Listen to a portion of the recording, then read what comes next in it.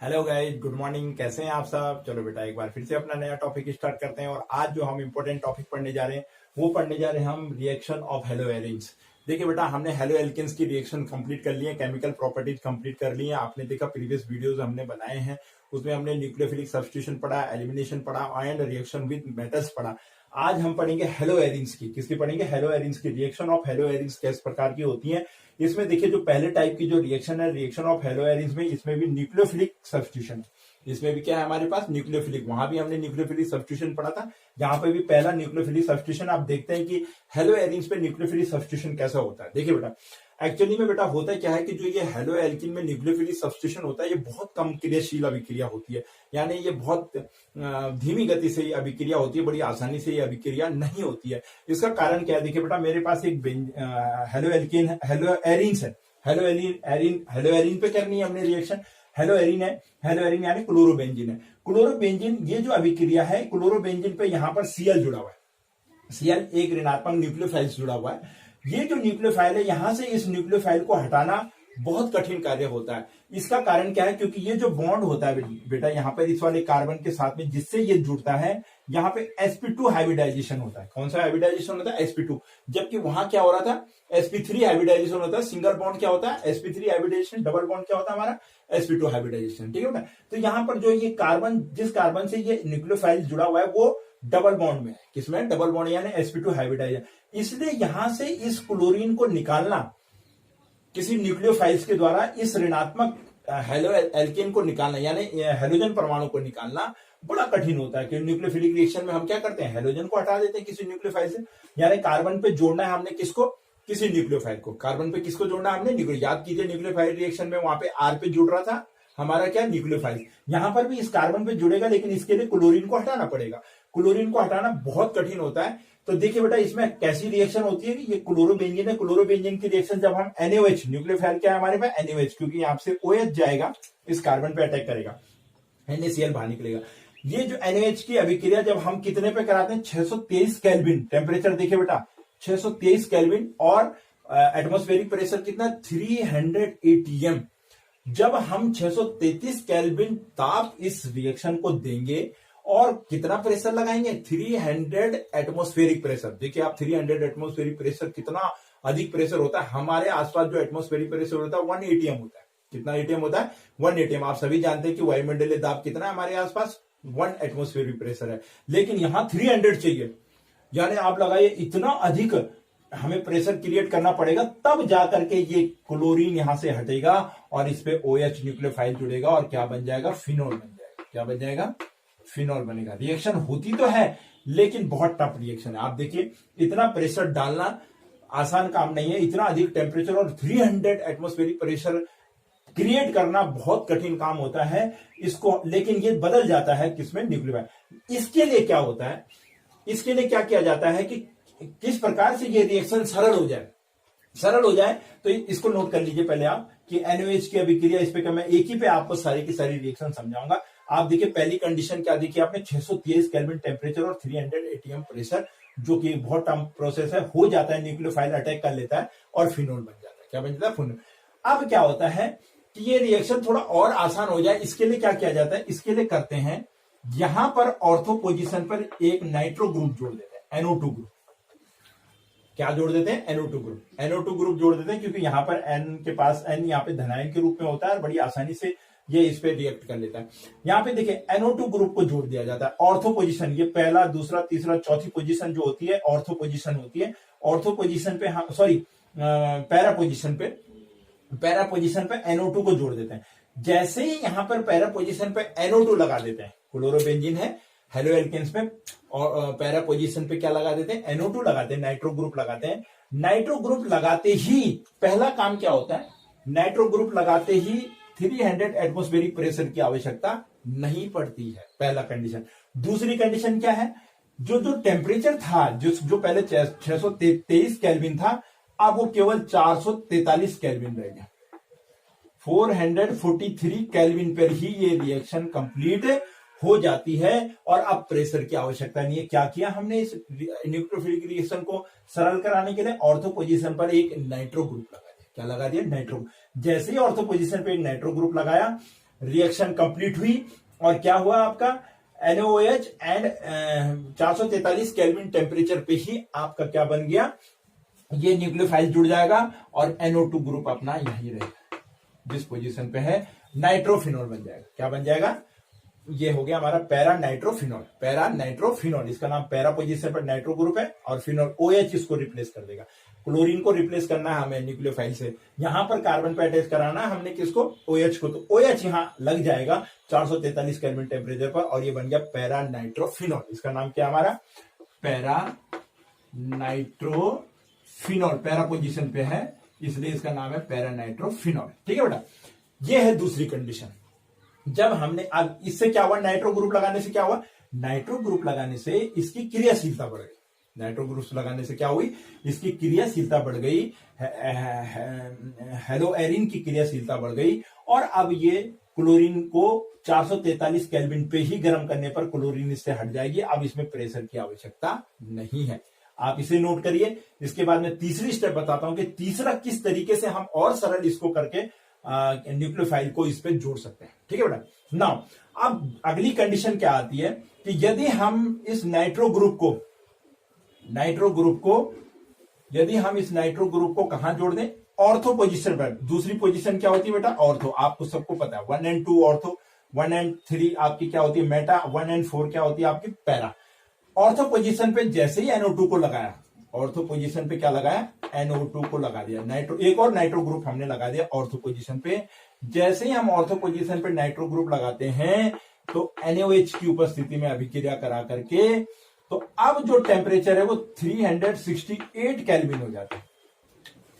पहले 443 केल्विन पे रिएक्शन हो रही थी, अब रिएक्शन कितने पे हो जा रही है, 368 केल्विन पे, और कम टेम्परेचर पर आपकी रिएक्शन होगी और यहां न्यूक्लियोफाइल इससे हट जाता है और आपका बन जाता है यहां पर ये 1, 2 and 4 नाइट्रो क्या ऑर्थो पैरा नाइट्रोफिनॉल, यानी दूसरी और चौथी पोजीशन पे 2 and 4 डाई नाइट्रोफिनॉल। क्या बन जाता है, इसका नाम क्या होता है 2 and 4, कौन सी नंबर पोजीशन, 1 2 3 4, 2 4 डाई नाइट्रोफिनॉल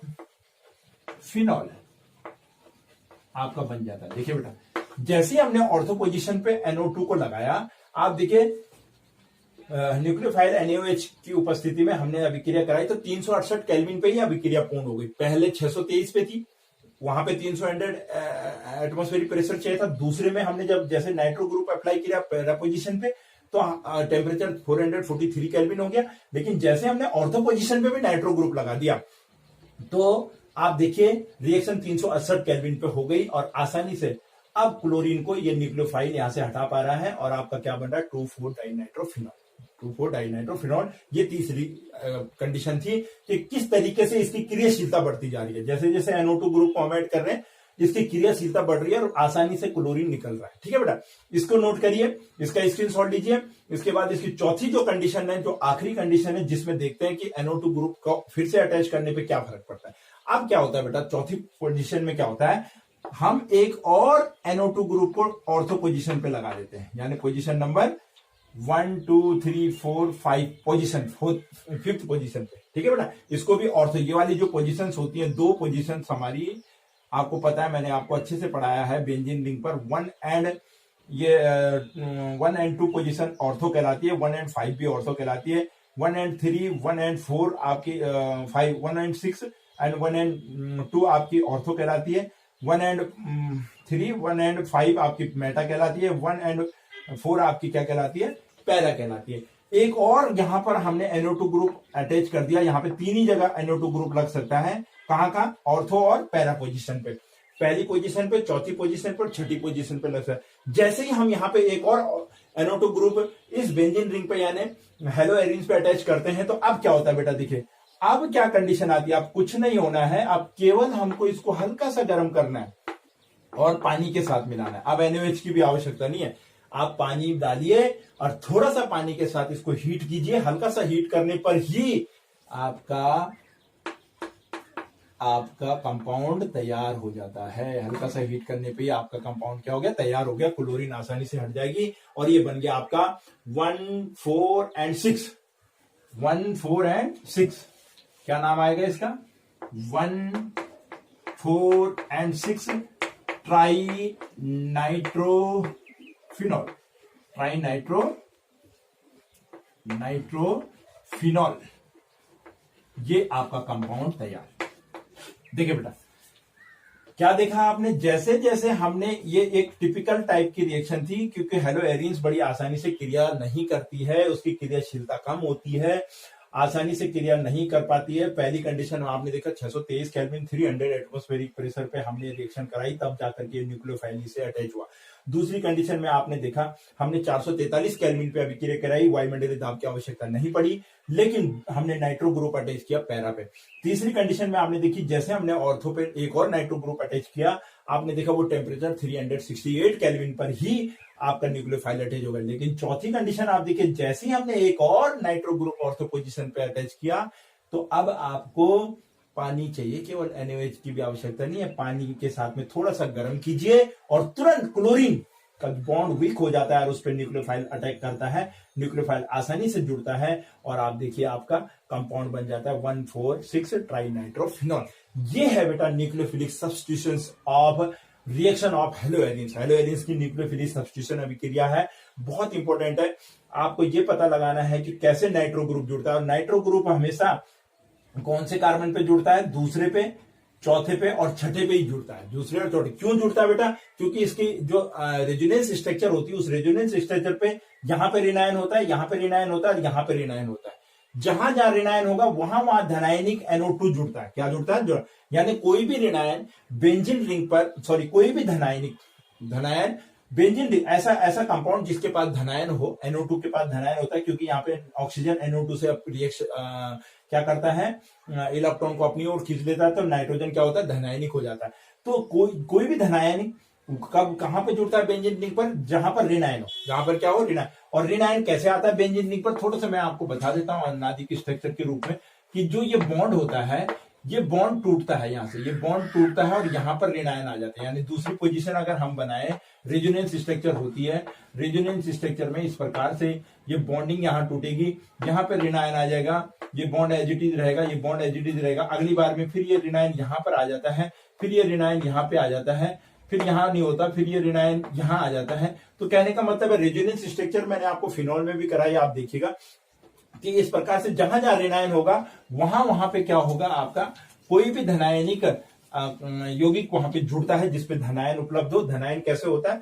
क्योंकि N है और N के पास में 2 ऑक्सीजन जुड़ी होती है, इस तरीके से ये जो ऑक्सीजन है, इस इलेक्ट्रॉन को मोर इलेक्ट्रॉन निगेटिव होने के कारण अपने पास खींच लेती है, और जैसे खींचती है तो अब जो नया बॉन्ड बनता है वो इस प्रकार से बनता है ऑक्सीजन का। ये होता है, ऑक्सीजन पे एक ऋणायन आ जाता है और इस पे क्या आ जाता है? धनायन आ जाता है। ये धनायन यहां इस ऋणायनिक पोजीशन पे अटैक करता है बेंजीन रिंग की। ये है इसकी कंडीशन, ठीक है बेटा। तो इसलिए जो भी धनायन होगा वो ऑर्थो, पैरा और किस पोजीशन पे होगा? ऑर्थो और पैरा पोजीशन। मेटा पोजीशन पे कब होगा? मेटा पोजीशन पे नहीं होगा धनायन, वहां ऋणायन आएगा, क्योंकि वहां पर बॉन्ड, डबल बॉन्ड रहता है, मौजूद रहता है। तो ये थी बेटा न्यूक्लियोफिलिक सब्स्टिट्यूशन। इसके मैंने 4 स्टेप आपको एक एक करके इसी को इरेज करके कराइए, वीडियो को देखिए और बहुत इजीली आपकी समझ में आ जाएगा कि क्यों न्यूक्लियोफिलिक की क्रियाशीलता बढ़ाने के लिए हम NO2 आपके पास आता है, कि क्या कारण है कि क्लोरोबेंजीन तो न्यूक्लियोफिलिक से डायरेक्ट रिएक्शन नहीं करता है, उसके लिए रिएक्शन के लिए टेम्परेचर और उसकी आवश्यकता, लेकिन जैसे ही हम उसमें नाइट्रो ग्रुप को ऐड करते हैं, यानी पैरा पोजीशन, ऑर्थो पोजीशन में नाइट्रो डालते हैं, यानी ये आप देखिए 1, 2, 3 पोजीशन पर नाइट्रो है, ट्राई नाइट्रो क्लोरोबेंजीन है, ठीक है ना, क्लोरोबेंजीन बन रखा है आपका ट्राई नाइट्रो। तो ये जो नाइट्रो क्लोरोबेंजीन जो है, ये क्यों बड़ी आसानी से अभिक्रिया कर लेता है, इसका कारण मैंने आपको बता दिया। ये इसका रीजन है और बड़ी इजीली ये कंप्लीट होता है, इसको नोट करिए। इसके बाद हम आगे चलते हैं नेक्स्ट रिएक्शन पे, रिएक्शन ऑफ हेलोएरिन्स की अगली रिएक्शन। नेक्स्ट जो रिएक्शन हमारे पास आती है अब आती है हमारे पे इलेक्ट्रोफिलिक सब्स्टिट्यूशन। देखिए भाई, हम हेलोएरिन्स की रिएक्शन पढ़ रहे हैं और पहले हमने हेलोएरिन की जो रिएक्शन पढ़ी न्यूक्लियोफिलिक पढ़ी थी। क्या पढ़ी थी? न्यूक्लियोफिलिक। अब है हमारे पास इलेक्ट्रोफिलिक सब्स्टिट्यूशन।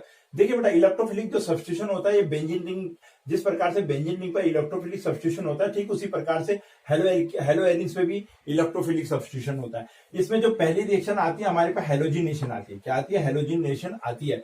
यानी हमें ऐसे हेलो एल्किन पे ऐसे कंपाउंड को ऐड करना है जिसके पास की इलेक्ट्रॉन हो। तो देखिए बेटा इसमें क्या होता है कि हमारे पास एक क्लोरोबेंजीन है। क्लोरोबेंजीन की अभिक्रिया जब हेलोजिनेशन है यानी हेलोजन से करानी है। किससे करानी है? हेलोजन से। पहली है हेलोजिनेशन, हेलोजनीकरण जिसको कहते हैं, इसकी अभिक्रिया हम हेलोजन से कराते हैं। बहुत सिंपल रिएक्शन है, ध्यान रखिएगा। बार बार हेलोजिनेशन, नाइट्रेशन, ये रिएक्शन इसमें एरोमेटिक्स में आपको रिपीट होती रहेंगी, आपको इसको समझना है। इसमें क्या करते हैं, FeCl3 की उपस्थिति में जब हम क्लोरीन की अभिक्रिया क्लोरोबेंजीन से कराते हैं, क्या है हमारे पास है? क्लोरोबेंजीन है। क्लोरोबेंजीन से कराते हैं तो क्या होता है, देखिए ऑर्थो पोजीशन पर और पैरा पोजीशन पर क्लोरीन रखते हैं। दो प्रोडक्ट बनते हैं, एक ऑर्थो बनता है और एक पैरा बनता है। देखिए ये इसका नाम क्या है? इसका नाम है 1 और 2 पोजीशन पे हमारी ऑर्थो क्लोरोबेंजीन भी कह सकते हैं इसको, और इसका आईपीसी नेम में हम लिखते हैं 1 और 2 डाइक्लोरोबेंजीन। ये बेंजीन बनती है, बेंजीन, ठीक है, डाइक्लोरोबेंजीन हमारी बन गई, ठीक है बेटा। और यहां पे देखिए पहली और चौथी पोजीशन पे क्लोरो है तो 1,4 डाइक्लोरोबेंजीन,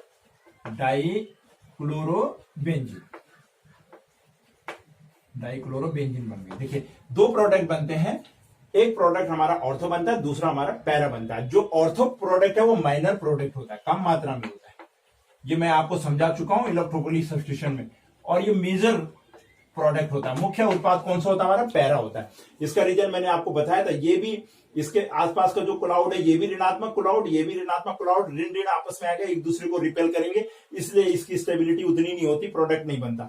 लेकिन यहां पर ये दोनों एक दूसरे के अपोजिट हो जाते हैं, एक दूसरे पे कोई रिपल्सन नहीं होता, बड़ी आसानी से बनता। मैं आपको स्टार्टिंग में इलेक्ट्रोफिलिक सब्स्टिट्यूशन में करवा चुका हूं, न्यूक्लियोफिलिक सब्स्टिट्यूशन में भी मैंने आपको समझाया था कि ये क्यों बनता है, ये कम क्यों बनता है, ये ज्यादा क्यों बनता है। तो दो प्रोडक्ट बनते हैं, दो क्लोरीन्स हैं, एक ऑर्थो पोजीशन पे जाती है, एक बार वो कहां पे चली जाती है, दूसरी कहां चली जाती है, पैरा पोजीशन पे चली जाती है। इसलिए बेंजीन ये माइनर है और ये मुख्य उत्पाद क्या बनता है? पैरा बनता है। 1, 2 और 1,4 डाइक्लोरोबेंजीन बनता है। ये है हेलोजनीकरण। ये क्या है? हेलोजिनेशन। जब हेलोजन की अभिक्रिया हेलोएरिन से कराई जाती है। किससे कराती है? यहाँ पे आप ब्रोमीन ले सकते हैं, क्लोरीन है, आयोडीन है, फ्लोरीन। मैंने आपको समझाया कि किस प्रकार से रिएक्शन करते हैं। तो इस प्रकार से क्लोरोबेंजीन का हेलोजनीकरण जब हम FeCl3 की उपस्थिति में कराते हैं तो ये हमारे पास कंडीशन आती है। ये थी पहली रिएक्शन, हेलोजिनेशन। नाउ बेटा नेक्स्ट रिएक्शन जो हमारे पे आती है नंबर 2, इसको नोट कर लीजिए आप। नेक्स्ट रिएक्शन आती है नाइट्रेशन। नंबर 2 रिएक्शन हम पे है नाइट्रेशन। नाइट्रेशन, नाइट्रीकरण जिसे हम कहते हैं, नाइट्रेशन। नाइट्रेशन में क्या होता है? नाइट्रेशन में हमारे पास में नाइट्रेशन में हम क्या करते हैं, देखिए नाइट्रेशन में जो क्लोरोबेंजीन पे हम नाइट्रेशन कराएंगे, देखिए तो किस प्रकार की अभिक्रिया, नाइट्रेशन की जो अभिक्रिया होती है वो होती है HNO3 एंड H2SO4 की उपस्थिति में। HNO3 है, सांद्र HNO3 एंड H2SO4 की उपस्थिति में अभिक्रिया कराई जाती है, इसे गर्म किया जाता है। तो आप देखते हैं कि हमारे पास एक नाइट्रो ग्रुप ऑर्थो पोजीशन पे प्राप्त होता है और एक नाइट्रो ग्रुप हमको कहां मिल जाता है? पैरा पोजीशन पे मिल जाता है, ठीक है बेटा। जब हम क्लोरोबेंजीन पर अभिक्रिया कराते हैं HNO3 और H2SO4 की, तो आप देखिए क्या हो रहा है, HNO3 H2SO4 की उपस्थिति में ऑर्थो और पैरा, मैंने ये आपको अभी समझाया पीछे कि ये ऑर्थो पे क्यों जाता है और पैरा पे क्यों जाता है, ये आपको पता है। तो यहाँ पे देखिए आपका यहाँ पे जो पोजीशन है हमारी नाइट्रो क्लोरोबेंजीन बन रहा है एंड हमारा पैरा नाइट्रो क्लोरोबेंजीन बन रहा है। ये दो प्रोडक्ट आपके नाइट्रेशन पे बनते हैं। आपने हर बार देखना, बस ये कंडीशन ध्यान रखनी है, कंसंट्रेट HNO3 और H2SO4 की उपस्थिति में अभिक्रिया होती है हेलोएरिन्स पर, और हमारा क्या बनता है? प्रोडक्ट, एक माइनर प्रोडक्ट और एक मेजर प्रोडक्ट के रूप में आपके यहाँ पे बनते हैं। यहाँ पर पहली पोजीशन पे क्लोरीन है, दूसरी पोजीशन पे क्या है? नाइट्रो है। तो 1 क्लोरो 2 नाइट्रो, इसका नाम क्या हो जाएगा? 1 क्लोरो, दूसरी पोजीशन पे क्या है? नाइट्रो, 2 नाइट्रो, और क्या है? बेंजीन, ये इसका हो गया 1 chloro 4 nitro, 1 chloro 4 nitro benzene. और ये माइनर प्रोडक्ट है और ये मेजर प्रोडक्ट है। नॉर्मल नाम इसको हम पैरा भी कहते हैं, पैरा नाइट्रो क्लोरोबेंजीन, ठीक है बेटा। ये इस प्रकार से नाइट्रेशन है आपके पास। सिंपल रिएक्शन है, बहुत इजीली होती है। आपने कंडीशन रखनी है, नाइट्रेशन क्या होता है? HNO3 और H2SO4 की उपस्थिति में एक बार पैरा में जाएगा, एक बार ऑर्थो में जाएगा। पैरा जो होता है मेजर प्रोडक्ट है, इसका रीजन मैंने आपको बता दिया। नेक्स्ट हमारे पास आती है सल्फोनेशन। नेक्स्ट रिएक्शन आती है सल्फोनेशन।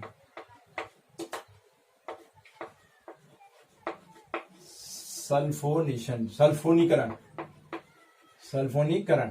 सल्फोनीकरण में हम केवल H2SO4 की उपस्थिति में अभिक्रिया कराते हैं। किसकी कंसंट्रेट H2SO4 की उपस्थिति में अभिक्रिया होती है, इसको हीट किया जाता है क्लोरोबेंजीन पर, और आप देखिए ऑर्थो एंड पैरा पोजीशन पे आपका सल्फोनिक ग्रुप जुड़ जाता है SO3H। SO3H ये वाला ग्रुप आपका जुड़ जाता है और आपका ये हो जाता है 1 and 2, 1 क्लोरो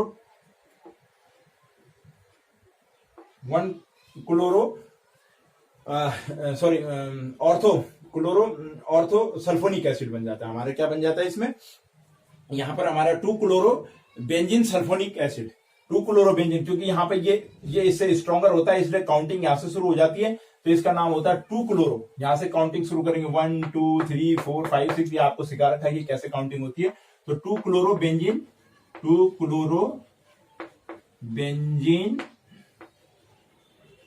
सल्फोनिक अम्ल, सल्फोनिक एसिड बन जाता है, इसका नाम है। और यहाँ पे ऑर्थोपेयर, यहाँ पे कहां पे आएगी, पैरा पे, SO3H यहाँ पैरा पे हो जाएगा। तो क्या हो जाएगा, पहली पोजीशन ये तो 4 क्लोरो, यहाँ क्या हो जाएगा, इसका ये मेजर प्रोडक्ट बनेगा, यहां से काउंटिंग शुरू होगी 1 2 3 एंड 4, तो 4 chlorobenzene sulphonic acid major product बनेगा। ये ध्यान रखिएगा। सल्फोनेशन में हम कंसंट्रेट H2SO4 की एसिड की उपस्थिति में इसको गर्म करते हैं। हेलो एरिन्स पे जब इसकी अभिक्रिया होती है, एक ऑर्थो पोजीशन पे जाएगा सल्फोनिक एसिड और दूसरा कहां जाएगा, पैरा पोजीशन पे जाएगा। ये आपको पता है क्यों जाएगा, ये मैंने आपको समझा दिया बार बार। और मेजर प्रोडक्ट आपका क्या बनेगा, पैरा वाला बनेगा। क्या, कौन सा बनेगा, para sulphonic acid, para chloro sulphonic acid जिसे हम कहते हैं, क्लोरोबेंजीन सल्फोनिक एसिड। ये इसको 2 क्लोरो कहेंगे और इसको 4 क्लोरो सल्फोनिक एसिड कहेंगे। ये था आपके पास सल्फोनेशन। क्या था आपके पास, सल्फोनेशन। इसका स्क्रीनशॉट ले लीजिए बेटा। नेक्स्ट जो रिएक्शन है वो बहुत इंपॉर्टेंट रिएक्शन है जो मैं आपको करवाने वाला हूं, वो है आपके पास फ्रीडल क्राफ्ट रिएक्शन। बहुत बहुत इंपॉर्टेंट रिएक्शन है, मैंने यहाँ डबल टिक आपके लिए मार दिया है। बाय नेम रिएक्शन, और अक्सर आपके पास बोर्ड एग्जामिनेशन में पूछी जाती है फ्रीडल क्राफ्ट रिएक्शन। किस किस रूप में पूछी जाती है वो आगे आपको मैं जैसे जैसे पढ़ाता जाऊंगा आपको पता लगेगा, लेकिन नॉर्मली भी हमारे को फ्रीडल क्राफ्ट रिएक्शन पूछी जाती है। तो फ्रीडल क्राफ्ट रिएक्शन बहुत इंपॉर्टेंट रिएक्शन है। ये 2 प्रकार से होती है, एक होती है ये एल्किल हैलाइड के द्वारा, एक होती है एसिटिल क्लोराइड के द्वारा। एक को इसको हम एल्किलीकरण कहते हैं, दूसरे को हम एसिलीकरण कहते हैं। एल्किलेशन और एसिलेशन नाम से इसको जाना जाता है। पहली जो हमारे पास फ्रीडल क्राफ्ट है, पहली ए रिएक्शन जो फ्रीडल क्राफ्ट की है, देखिए क्लोरोबेंजीन की अभिक्रिया जब हम किसी एल्किल हैलाइड से कराते हैं, देखिए किससे करा रहे हैं, एल्किल हैलाइड, इसलिए इसको हम क्या कहते हैं, एल्किलीकरण कहते हैं। क्या कहते हैं, एल्किलेशन कहते हैं। क्या कहते हैं, एल्किलेशन अभिक्रिया कहते हैं। जब किसी हेलो एरिन्स पे हम किसी एल्किल हैलाइड की अभिक्रिया कराते हैं एनहाइड्रस AlCl3 के ऊपर से, निर्जल AlCl3 होना बहुत जरूरी है इसमें, तब तक ये रिएक्शन नहीं होती है, इसलिए ये इंपॉर्टेंट आपके पास है anhydrous AlCl3। Anhydrous aluminium chloride जो है, ट्राइक्लोराइड आपके पास है। एनहाइड्रस AlCl3 की उपस्थिति में एल्किल हैलाइड की अभिक्रिया हेलो एरिन्स पे जब हम कराते हैं, तो देखिए बेटा एक बार CH3 ग्रुप हमारा कहां जाता है, ऑर्थो पोजीशन पे जाता है, दूसरी बार कहां जाता है, पैरा पोजीशन। 2 प्रोडक्ट बनते हैं, ये आपको क्लियर है इलेक्ट्रोफिलिक सब्स्टिट्यूशन में। यहाँ पे 1 क्लोरो 2 मेथिल बेंजीन बनता है, और ये प्रोडक्ट बनता है हमारा 1 क्लोरो 4 मेथिल, चौथे पोजीशन पे क्या है, मेथिल ग्रुप है, 4 मेथिल बेंजीन बनता है। ये माइनर प्रोडक्ट है, ये मेजर प्रोडक्ट है, यानी मुख्य उत्पाद हमारा क्या है, पैरा वाला है। मुख्य उत्पाद क्या है हमारा, पैरा मेथिल क्लोरोबेंजीन जिसे कहते हैं, पैरा पोजीशन पे CH3 है। तो ये हमारे इस प्रकार से फ्रीडल क्राफ्ट की पहली रिएक्शन है, जिसको हम क्या कहते हैं, एल्किलेशन कहते हैं। क्या कहते हैं, एल्किलेशन कहते हैं, क्योंकि एल्किल हैलाइड की अभिक्रिया होती है। यहाँ पे देख रहे हैं हमारे पास क्या है, ये एल्किल हैलाइड है, एल्किल हैलाइड है। एल्किल हैलाइड से जब हम रिएक्शन कराएंगे तो हमारा क्या कहलाएगा, वो एल्किलेशन कहलाएगी। क्या कहलाएगी, एल्किलेशन अभिक्रिया कहलाती है। ये अभिक्रिया क्या कहलाती है हमारी, एल्किलेशन कहलाती है, पहली रिएक्शन। इसे नोट कर दीजिए, बहुत important reaction Friedel craft, very easy one है। आपको केवल इस कंडीशन को ध्यान रखना है, एल्किल हैलाइड, और यहाँ पर मैंने RX याद रखना है, RX, और यहाँ पे एनहाइड्रस एल्युमिनियम क्लोराइड यानी AlCl3 की उपस्थिति में आप हो गए। दूसरी जो रिएक्शन होती है बेटा हमारे पास, ये आपने नोट कर लिया होगा, स्क्रीनशॉट ले लिया होगा। दूसरी जो रिएक्शन होती है, अब जो रिएक्शन कंडीशन वही होती है हमारे पास, लेकिन अब की बार जो रिएक्शन एनहाइड्रस क्लोराइड होती है AlCl3 की उपस्थिति में होगी, लेकिन एसिटिल क्लोराइड लेंगे हम की बार। अब की बार हम क्या लेंगे, एसिटिल क्लोराइड, यानी जो रिएक्शन हमारी होगी वो प्लस CH3 COCl की उपस्थिति में होगी। कार्बोनिल क्लोराइड जिसे हम कहते हैं एसिटिल क्लोराइड RCOCl3, COCl3, इसको ध्यान रखना आप, ये हमारे पास है एसिटिल क्लोराइड। क्या है हमारे पास? एसिटिल क्लोराइड है, acetyl chloride, chloride, acetyl chloride की उपस्थिति में कार्बोनिल क्लोराइड भी हम जिसे कहते हैं, ये रिएक्शन हमारे पास है। इसकी उपस्थिति, एनहाइड्रस की उपस्थिति में जब हम कराते हैं तो क्या होता है? देखिए बेटा, COCH3, यहां पे क्या जुड़ता है हमारा? COCH3, यहां पे भी क्या आ जाता है हमारा? COCH3 ग्रुप यहां पे हमारा आ जाता है। देखिए बेटा, ये COCH3 आ जाता है, यहां से HCl बाहर निकल जाती है। COCH3 एक बार ऑर्थो पोजीशन पे आ जाता है, दूसरी बार क्या आ जाता है? पैरा पोजीशन पे आता है। इसका नाम है 2 क्लोरो एसिटोफिनॉन। क्या कहलाता है ये? 2 क्लोरो एसिटोफिनॉन और 4 क्लोरो एसिटोफिनॉन। इसका नाम हमारा है 2 क्लोरो एसिटोफिनॉन। तो ये ग्रुप इससे ज्यादा एक्टिव है, इसलिए यहां से काउंटिंग शुरू होती है। 2 क्लोरो एसिटोफिनॉन, फिनॉन ऑन है, देख लिया आप, फिनॉन। CO ग्रुप होता है ना हमारा कार्बोनिलिक ग्रुप, इसलिए ऑन हो गया फिनॉन। और यहां पे हो गया हमारा 4 क्लोरो, जिसका नाम क्या हो गया हमारा? 4 क्लोरो एसिटोफिनॉन, फिनॉन, ONE, फिनॉन एसिटोफिनॉन। अब मेजर प्रोडक्ट कौन सा हमारा? ये वाला है, जो हमारा कौन सी पोजीशन? ये 3 है बेटा, ऑर्थो पोजीशन पे। ठीक है बेटा, इस प्रकार से देखिए, ये एसिलेशन है। ये क्या है? एसिलेशन है, एसिलीकरण है। एसिलेशन क्यों हुआ? क्योंकि एसिटिल क्लोराइड की उपस्थिति में हो रहा है। एसिटिल क्लोराइड की उपस्थिति में अभिक्रिया हो रही है एनहाइड्रस CH3 COCl। पहले वाले में CH3 Cl हो रहा था, यहाँ पे CH3 COCl की उपस्थिति में हो रही है। हमारे पास 2 क्लोरो एसिटोफिनॉन बन रहा है और 4 क्लोरो एसिटोफिनॉन बन रहा है। मेजर प्रोडक्ट हमारे पास पैरा वाला है, इसलिए ये फ्रीडल क्राफ्ट की 2 टाइप की फ्रीडल आपके पास क्वेश्चन पूछा जाता है। फ्रीडल क्राफ्ट एसिलीकरण और फ्रीडल क्राफ्ट एल्किलीकरण अभिक्रिया बताइए किस पे? क्लोरोबेंजीन पे। तो आपको रीजेंट का याद रखना है और एनहाइड्रस याद रखना है कि किस प्रकार से एनहाइड्रस CH3 की उपस्थिति में अभिक्रिया होती है। इसका स्क्रीनशॉट लीजिए बेटा। और अब हमारी आती है ऊर्ज रिएक्शन। ऊर्ज रिएक्शन हमने वहां भी पढ़ी थी, ऊर्ज रिएक्शन, यहाँ पे भी हम ऊर्ज रिएक्शन पढ़ेंगे, लेकिन वहां पे यहाँ पे थोड़ा सा डिफरेंस है। इसमें क्या होता है, जो हमारे पास हेलो एरिन्स है, एक हमारे पास एरिल हैलाइड होता है, दूसरा कंपाउंड हमारे पास एल्किल हैलाइड होता है। वहां पे हम दोनों को क्या ले रहे थे? एल्किल हैलाइड ले रहे थे। यहाँ पर एक हमारे पास एरिल हैलाइड है, दूसरा हमारे पास क्या? एल्किल हैलाइड है। एक एरिल हैलाइड और एक एल्किल हैलाइड जब सोडियम धातु की उपस्थिति में अभिक्रिया करते हैं ड्राई ईथर की उपस्थिति में, तो आप देखिए हमारे पास एरोमेटिक एरिन बनता है। क्या बनता है हमारे पास? क्या बनता है? Alkyl arene. यहाँ पे एल्किल ग्रुप आ जाएगा, यहाँ पे एरिन आएगा। ये क्या हो गया? एल्किल एरिन बनता है, सॉरी एल्किल एरिन बनता है। एल्किल एरिन आपका क्या होता है? बनता है। देखिए, और प्लस एन बाहर हो जाता है। क्या बनता है हमारे पास? Alkyl Erin. देखिए, एक एल्किल ग्रुप लेंगे और एक एरिल ग्रुप लेंगे, उसकी अभिक्रिया सोडियम से कराएंगे ड्राई ईथर की उपस्थिति में, एल्किल एरिन बनेगा। सीधा सीधा R यहां जुड़ जाएगा, X बाहर निकल जाएगा, NaX के रूप में बाहर निकल जाएगा, 2NaX हो जाएगा। फिटिंग अभिक्रिया, वुर्ज फिटिंग, दूसरी बहुत इंपॉर्टेंट रिएक्शन है, बाइनेम रिएक्शन। फिटिंग अभिक्रिया में क्या है? हमने एक ही 2 मॉलिक्यूल लेने एरिल हैलाइड के। किसके लेने? यहाँ Cl हो सकता है, Br हो सकता है, ठीक है, क्लोरोबेंजीन हो सकता है, ब्रोमीन बेंजीन हो सकता है। 2 मॉलिक्यूल लेने, उनके अभिक्रिया हम जब सोडियम धातु से कराते हैं ईथर की उपस्थिति में, केवल एरिल हैलाइड की। वहां पर क्या था हमारा? यहाँ पर एक एल्किल था और एक क्या था? एरिल था। ये एरिल है, ये एल्किल हैलाइड है, ध्यान रखें। यहाँ पे दोनों मॉलिक्यूल एरिल हैलाइड के लेंगे तो ये दोनों आपस में जुड़ जाते हैं। फिटिंग का मतलब क्या है? ये दोनों जुड़ जाएंगे, आपस में जुड़ करके डाइफिनाइल बना लेते हैं। क्या बना लेते हैं? इसका नाम क्या है बेटा? डाइफिनाइल। यहाँ पे लिख रहा हूं मैं, डाइफिनाइल। डाइफिनाइल बना लेते हैं। डाइफिनाइल हो गया ना, 2 बेंजीन रिंग को हम क्या पढ़ते हैं? Diphenyl.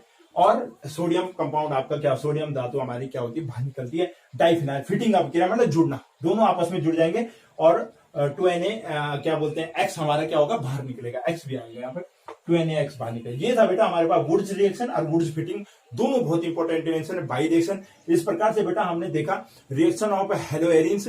Reaction of hello arenes के हमने टाइप्स पढ़ लिए और इस प्रकार से आपने देखा किस प्रकार से ये धातु के साथ की अभिक्रिया थी। ये तीसरी टाइप की अभिक्रिया हमारी है, ये धातु के साथ अभिक्रिया होती है, वुर्ज रिएक्शन और वुर्ज फिटिंग रिएक्शन। ये सारी की सारी रिएक्शन हमारी कंप्लीट होगी, हेलो एरिन्स की भी और हेलो एल्किन की भी। आप इनको अच्छे से रीड आउट करिए, बार बार प्रैक्टिस कीजिए, बाइनेम रिएक्शन को इंपॉर्टेंट रिएक्शन समझ करके नोट कीजिए। वीडियो को जरूर शेयर कीजिए, देखिएगा जरूर।